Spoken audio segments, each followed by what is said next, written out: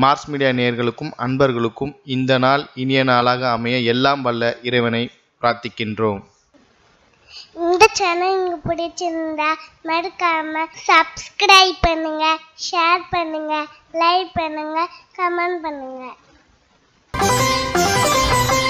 இந்த அருமையான பதிவில் நம்ம என்ன பார்க்க போகிறோம் அப்படின்னா, குரோதி வருடம் பங்குனி மாத ராசி பலன். இந்த பங்குனி மாதம் உங்களுக்கு எப்படிப்பட்ட மாதம், எந்தெந்த கிரகங்கள் உங்களுக்கு ரொம்ப ஃபேவரபுளாக இருக்குது, எந்தெந்த கிரகங்கள் மூலமாக நீங்கள் கொஞ்சம் காஷியஸாக இருக்கணும், எந்த பரிகாரம் பண்ணினா ரொம்ப விசேஷம் அப்படிங்கிறத பற்றிலாம் நம்ம இப்போ தெளிவாக பார்க்க போகிறோம். ஃபர்ஸ்ட் ஆஃப் ஆல் உங்களோட ஜீவனாதிபதி சூரிய பகவான். அதுதான் விருச்சிக ராசி என்பவர்களுக்கு எப்போவுமே நான் சொல்லுவேன், எவ்வளோ குழப்பத்தில் இருக்கீங்க, எவ்வளோ டென்ஷனில் இருக்கீங்க, ஒன்றுமே ஒர்க் அவுட் ஆகலை உங்களுக்கு.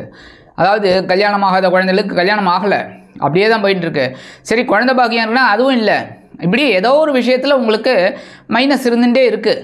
ஆனால் அதுக்காக தான் சொல்கிறேன், ஜீவனாதிபதி அப்படிங்கும்போது சூரிய பகவான் வழிபாடு நீங்கள் கண்டிப்பாக வரணும். தினந்தோறும் சூரிய வழிபாடு, சரியா? அந்த மாதிரி சூரிய பகவான் பஞ்சமஸ்தானமாக 5ஆம் இடத்துல இருக்கார். 5ஆம் இடம் அப்படிங்கும்போது குழந்தைகள் விஷயத்தில் கவனமாக இருக்கணும்.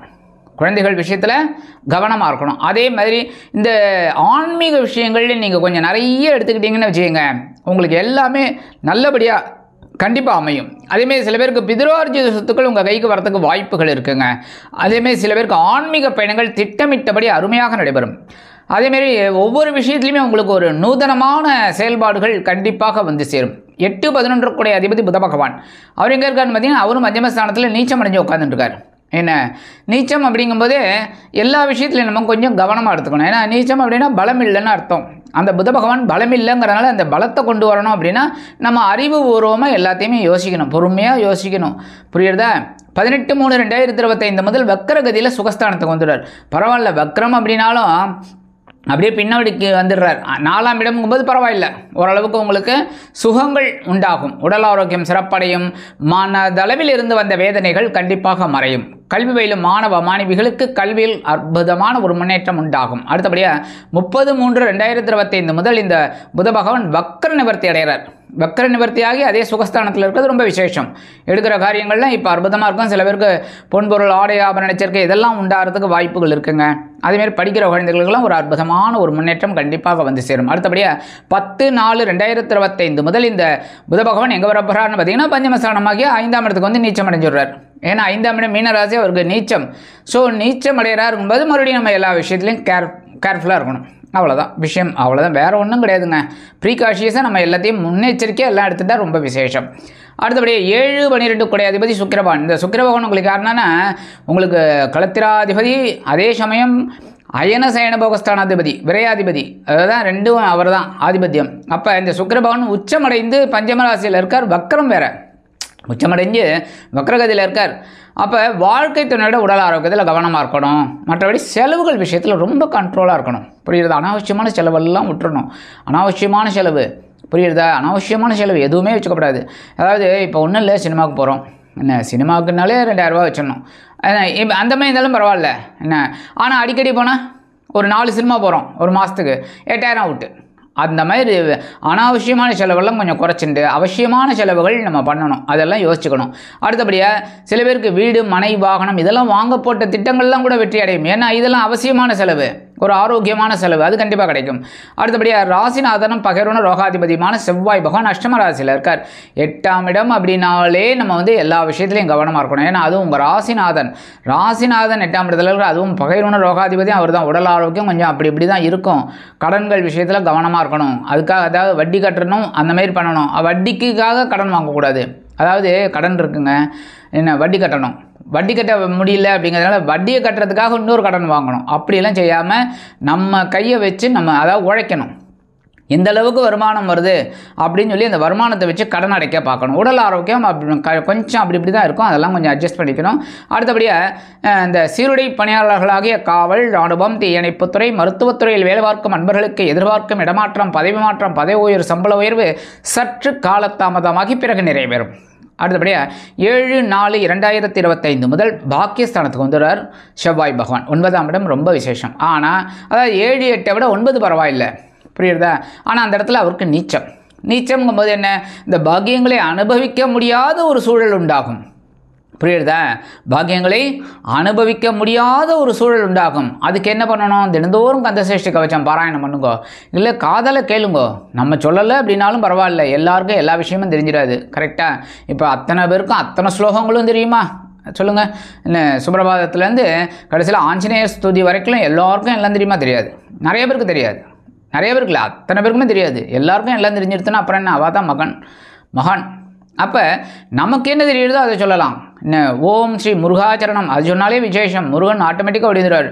வேல், அதுவும் சக்தி வேல் கவச்சம் சொல்லுங்க, அற்புதமான ஒரு தைரியம் உங்களுக்கு கிடைக்கும். அடுத்தபடியாக 2, 5 அதிபதி குரு பகவான். இவர் தான் ரொம்ப ஃபேவரபுளாக இருக்கார். ஏன்னா கலத்திரஸ்தானம் 7ஆம் இடத்துல இருந்தாலே ரொம்ப விசேஷம். இந்த குரு பகவான் வந்து 2, 5, 7, 9, 11 ஆகிய இடங்கள்ல இருந்தால் ரொம்ப விசேஷம். அதுவும் உங்களுக்கு இந்த குரு பகவான் ரொம்ப ரொம்ப என்ன ஆதிபத்தியம்னு பார்த்தீங்கன்னா தனவாக்கு குடும்பஸ்தானாதிபதி, பூர்வ புண்ணியஸ்தானாதிபதி. இந்த குரு பகவான் 7ஆம் இடத்துல இருக்கிறது ரொம்ப விசேஷம். சரினா ஜென்மராசியை பார்ப்பார். அதனாலே ரொம்ப விசேஷமான பலன்கள் உங்களுக்கு கண்டிப்பாக கிடைக்கும். வாழ்க்கை துணை உங்களை ரொம்ப புரிஞ்சுக்கிட்டு அவர் ரொம்ப அனுசரணையாக இருப்பாங்க. அதுவும் உங்களுக்கு பெரிய ப்ளஸ் பாயிண்ட்டு. அடுத்தபடியாக நண்பர்கள் ஆதரவு இருக்கும் தொழில் வியாபாரத்தில். அதேமாரி உத்தியோகத்துலேயும் அப்படி தான். நீங்கள் சப்போஸ் சில வேலைகளை உங்களால் செய்ய முடியல அப்படின்னா கூட சக நண்பர்கள் உங்களுக்கு செஞ்சு கொடுப்பாங்க. இருந்தாலும் இந்த குருவோட பார்வைன்னு பார்த்தீங்கன்னா ஒன்று லாபஸ்தானத்தில் விழுது அளவுக்கு உங்களுக்கு சக்திகள் கிடைக்கும், ஒரு லாபம் வரத்துக்கு வாய்ப்புகள். அடுத்தபடியாக உங்கள் ஜென்மராசியை பார்க்குற 7ஆம் பார்வை அற்புதம். உடல் ஆரோக்கியத்தில் ஒன்றும் பிரச்சனை இல்லை, நீங்கள் சரி பண்ணிக்கோங்க. உங்கள் மனசை சரி பண்ணிட்டேனால உங்களோட உடல் ஆரோக்கியம் நல்லபடியாக இருக்கும். அடுத்தபடியாக 9ஆம் பார்வை உங்களோட சகாயஸ்தானத்தை பார்க்குற முயற்சிகளை விடாதீங்க. முயற்சிகளை எடுக்க அந்த முயற்சிகள் உங்களுக்கு வெற்றியை கொடுக்கும். அடுத்தபடியாக 3, 4 அதிபதி சனீஸ்வர பகவான் சுகஸ்தானமாக 4ஆம் இடத்துல அர்த்தாஷ்டம சனியாக இருக்கார். ஸோ அர்த்தாஷ்டம சனி அப்படிங்கும்போதே கண்டிப்பாக அது உங்களுக்கு 4ஆம் வீட்டு அதிபதியும் அவர் தான், இந்த சுகாதிபதியும் அவர் தான். சுகஸ்தானத்தில் அர்த்தாஷ்டமமாக இருக்கிறதுனால உடல் ஆரோக்கியம் கொஞ்சம் அப்படி இப்படி தான் இருக்கும். அதான் நான் முன்னாடியே சொன்னேன், உடல் ஆரோக்கியம் அப்படி இப்படி தான் இருக்கும். ஆனால் ஒன்றும் இல்லைன்னு நினச்சிக்கோங்க, நல்லபடியாக இருக்கும். அதேமாரி உறவினர்கள் ஓரளவுக்கு உங்களுக்கு அனுகூலமாக இருப்பாங்க, உடன்பிறப்புகள் அனுகூலமாக இருப்பாங்க. அதெல்லாம் உங்களுக்கு பெரிய ப்ளஸ் பாயிண்ட்டு. 29/3/2025 முதல் இந்த சனீஸ்வர பகவான் எங்கே வரப்போகிறாருன்னு பார்த்தீங்கன்னா பஞ்சமஸ்தானமாக 5ஆம் இடத்துக்கு வந்துடுறார். திருக்கணித பஞ்சாங்கப்படி 5ஆம் இடத்துக்கு வந்தோடனே உங்களுக்கு கொஞ்சம் குழப்பங்கள் இருக்கலாம். சரியா? அதுவும் மூத்த வயதை சேர்ந்தவர்கள் அப்படின்னா உடல் ஆரோக்கியத்தில் கவனமாக இருங்க. ஆன்மீக விஷயங்களில் நாட்டம் கொண்டுக்குங்க. அப்போ ஒரு நன்மைகள் கண்டிப்பாக வந்து சேரும். அதை 4 விட 5 பரவாயில்ல. புரியுதா? ஓரளவுக்கு உங்களுக்கு ஒரு தெளிவு கிடைக்கும். அடுத்தபடியாக சாயா கிரகங்கள் என்று அழைக்கப்படக்கூடிய ராகு பகவான் பஞ்சமஸ்தானத்தில் இருக்கிற குழப்பம் இருந்துகிட்டே இருக்குது. கரெக்டாக கிட்டத்தட்ட 1.5 வருஷமாக இருக்குது. குழப்பம் இருந்துகிட்டே இருக்குது. எதை தொட்டால் குழப்பம் போகும்னு பார்த்துட்டு இருக்கீங்க, குழப்பம் போகலை. இன்னும் பெரிய பெரிய குழப்பங்கள் தான் வந்துட்டுருக்கு. அதுக்கு என்ன பண்ணணும் அப்படின்னா 5ஆம் இடம்னாலே ஆன்மீகம் தான் நம்ம எடுத்துக்கணும். ஆன்மீகத்தில் உங்கள் பாதையை அப்படியே திருப்பினீங்கன்னு வச்சுங்க, உடம்பு நல்லாயிருக்கும், மனசு நல்லாயிருக்கும், நீங்கள் எடுக்கிற காரியங்கள் நல்லா அற்புதமாக இருக்கும். குழந்தைகள் ஓரளவுக்கு உங்களுக்கு அனுகூலமாக இருப்பாங்க. அதுதான் பெரிய ப்ளஸ் பாயிண்ட். அடுத்தபடியாக மற்றொரு சாயா கிரகமான கேது பகவான் லாபஸ்தானத்துலேருந்து உங்களுக்கு ஒரு ஞானத்தை கொடுத்துட்டுருக்கார். ஞானம் கொடுக்குறாரோ இல்லையோ உங்களுக்கு சில நன்மைகளை கொடுத்துட்டுருக்கார். புரிஞ்சுக்கோங்க. புரிஞ்சுட்டு அதுக்கேற்ற மாதிரி நடந்துக்கோங்க. சரி, பரிகாரமாக என்ன பண்ணினா ரொம்ப விசேஷம், முருகப்பெருமான் வழிபாடு கண்டிப்பாக பண்ணணும். அதை முதல்லே சொல்லிட்டேன். கரெக்டாக? முருகப்பெருமான் வழிபாடு கண்டிப்பாக பண்ணணும். அப்போ தான் செவ்வாய் வந்து உங்களுக்கு உங்களோட ராசிநாதன் அவர் ஓரளவுக்கு ஃபேவரபுளாக வருவார். சரியா? அடுத்தபடியாக பெருமாளையும் மகாலட்சுமி தாயாரையும் வழிபாடு பண்ணுங்க. பெருமாள் கோயிலுக்கு போயிட்டிங்கன்னா பெருமாளையும் தாயாரையும் அப்படியே தரிசனம் பண்ணிடலாம். துளசி மாலை கொண்டு அற்புதமான ஒரு முன்னேற்றம் உங்களுக்கு கண்டிப்பாக வந்து சேரும். அடுத்தபடியாக உங்களோட உடம்பு ஸ்ட்ராங்காக இருக்கணும், மனசு ஸ்ட்ராங்காக இருக்கணும் அப்படின்னா துர்க்கை அம்மன் வழிபாடு பண்ணுங்க. விடாமல் டெய்லி துர்கா காயத்ரி சொல்லுங்க. வெள்ளிக்கிழமை துர்க்கை அம்மனை வழிபாடு பண்ணுங்க. அற்புதமான ஒரு முன்னேற்றம் உங்களுக்கு கண்டிப்பாக கிடைக்கும். உடல் ஆரோக்கியம் சிறப்படையும்.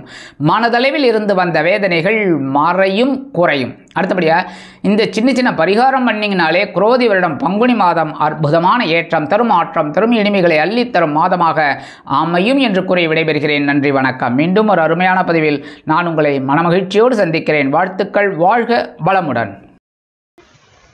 இந்த சேனல் உங்களுக்கு பிடிச்சிருந்தா மறக்காம சப்ஸ்கிரைப் பண்ணுங்க, லைக் பண்ணுங்க, ஷேர் பண்ணுங்க.